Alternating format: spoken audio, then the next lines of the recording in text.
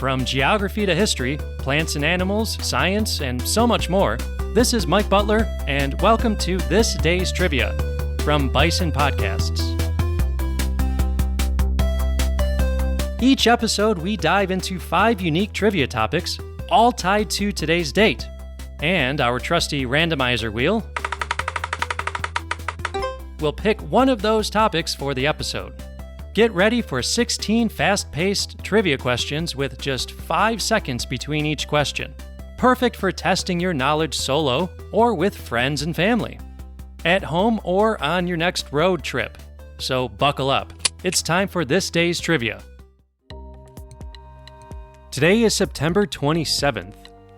Get out your pen and paper to tally up your score. It's time for this day's trivia. Here we go. September 27th, 1605, the Battle of Kircholm occurs, a day that would go down as the greatest defeat in Swedish history. One of the major battles in the Polish-Swedish War that lasted from 1600 to 1611.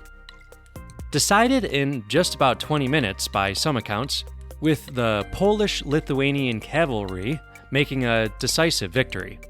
Topic number 2. Today is National Chocolate Milk Day in the United States of America, promoted by Chocolate Milk Cafe to promote their work and to fundraise for their organization. Aiming to normalize, or should I say renormalize, breastfeeding in the Black community here in the US and beyond. This is their mission statement from chocolatemilkcafe.org. Our mission is to make sure that we, as families of the African diaspora, receive lactation and infant feeding support to reclaim human milk as the first food of Black communities everywhere, starting with the United States. Topic number 3, it's also World Tourism Day. According to the UN website, tourism played a significant role in fostering peace. Another claim from the UN website's page on World Tourism Day, quote, "Countries with a more open and sustainable tourism sector tend to be more peaceful," unquote. Topic number 4, September 27th, is Independence Day in Turkmenistan, which gained its independence from the USSR in 1991. It is a national holiday in the country. An interesting fact about Turkmenistan during the Soviet days, the Door to Hell, which is a massive natural gas crater near Darvasa, that has been burning since the early 70s after a Soviet drilling accident. This fiery pit, about 70 meters wide, that's 230 feet, has become a popular tourist attraction, glowing brightly in the desert and highlighting the country's rich natural gas reserves. The start of the fiery pit has been disputed. Topic number 5, born on this day in 2002, American actor Jenna Ortega, known for her roles in Wednesday, You, and Iron Man 3, Ortega is notoriously private about many different aspects of her life, making her a not-so-great topic for an episode of This Day's Trivia. Please be kind, randomizer wheel. Today's topic will be number 1. Let's go with Swedish history. Question number 1. Which Swedish inventor is known for creating dynamite? Here's a hint. Upon his death, his will stipulated that most of his fortune go to a fund that would award prizes annually for advancements in various fields including physics, literature, and peace. Answer: Alfred Nobel. Question number 2, IKEA, the famous Swedish furniture store, was first founded in what decade? The 1740s, the 1840s, or the 1940s? Answer: it was the 1940s, 1943 to be exact, originally selling goods like pens and wallets. It wasn't until 1948 that IKEA entered the furniture market. Question number 3, every year St. Lucia's Day occurs on December 13th and celebrates one of the earliest Christian martyrs, St. Lucia, who was killed by the Romans in 304 CE because of her religious beliefs. This festival marks the beginning of what holiday season in various parts of Scandinavia? Answer: the Christmas season. Question number 4. A part of Swedish history since the 1970s, what iconic Swedish pop group is known for hits like Dancing Queen and Take a Chance on Me? Answer: ABBA. Fun fact, ABBA is an acronym for the four members' first names: Annifrid, Bjorn, Benny, and Agneta. ABBA was also the name of a Swedish canned fish company at the time, which fortunately agreed to allow the pop group to use the name without any issues. Question number 5. Sweden is one of many countries to celebrate May 1st as a National Labor Day, May Day. The origins of May Day can be traced back to the ancient Celts of the British Isles. Thought to divide the year in half between the light and the dark, the Celts celebrated what festival on this day, May 1st, every year?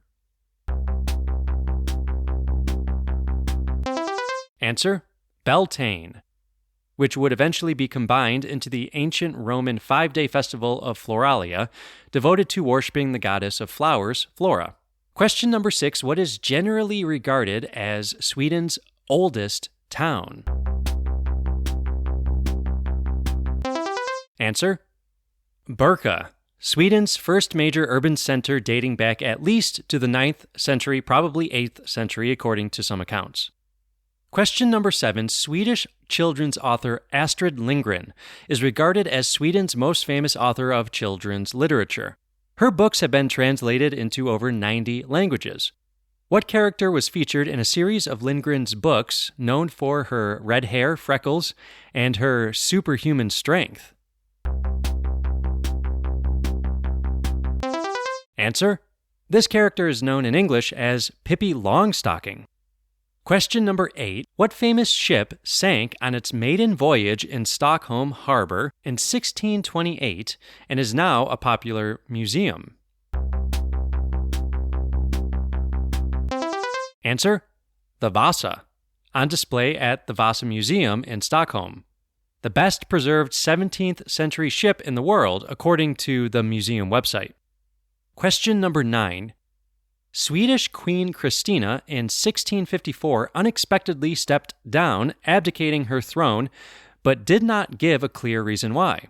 It is now widely accepted among historians that the driving force behind her abdication was her conversion to what faith? Answer: Catholicism.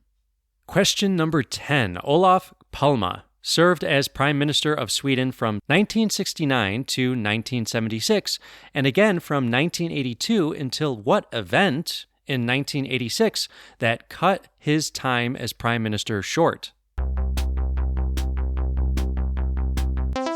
Answer: he was assassinated. Question number 11. True or false? In the 1600s, the Swedish Empire had a colony in the Americas on land that is now known as Delaware, Pennsylvania, and New Jersey that lasted for over 100 years. Answer: false. There certainly was a Swedish colony at this time and place, but only lasted for less than 20 years.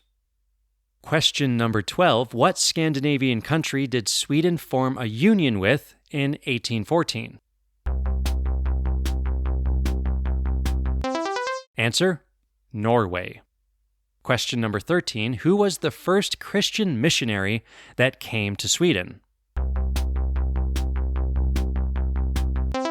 Answer: Saint Ansgar, a Benedictine monk and first Archbishop of Hamburg in the 9th century. The country of Sweden did not become primarily Christian, however, until the 1100s. Question number 14. In 1520, Danish King Christian II ordered the mass execution of Swedish nobles, which led to the final phase of a war for Swedish secession from the Kalmar Union. What is this moment of history now typically referred to as? A designation that would also be very befitting for the name of a Swedish death metal band. Answer: Stockholm Bloodbath. Question number 15. Famous naturalist and explorer Carl Linnaeus is considered the founder of modern systemic botany and zoology. It was his idea to create a classification system for flowering plants involving binomial Latin names, as well as a classification method for animals. In what century did Carl live? Answer: the 18th century. He lived from 1707 to 1778. Question number 16. It's time for the tie-in round. Think back to our last episode. During the annual Opera Ball in 2001, which notable U.S. Supreme Court justice, who was the first woman to hold the title of federal Supreme Court judge, was greeted by Princess Christina of Sweden at the Swedish Embassy in Washington, D.C.? Answer: Sandra Day O'Connor. Perhaps the most tenuous tie-in round yet, but I got there. And a piece of cake for anyone who's following along with the podcast.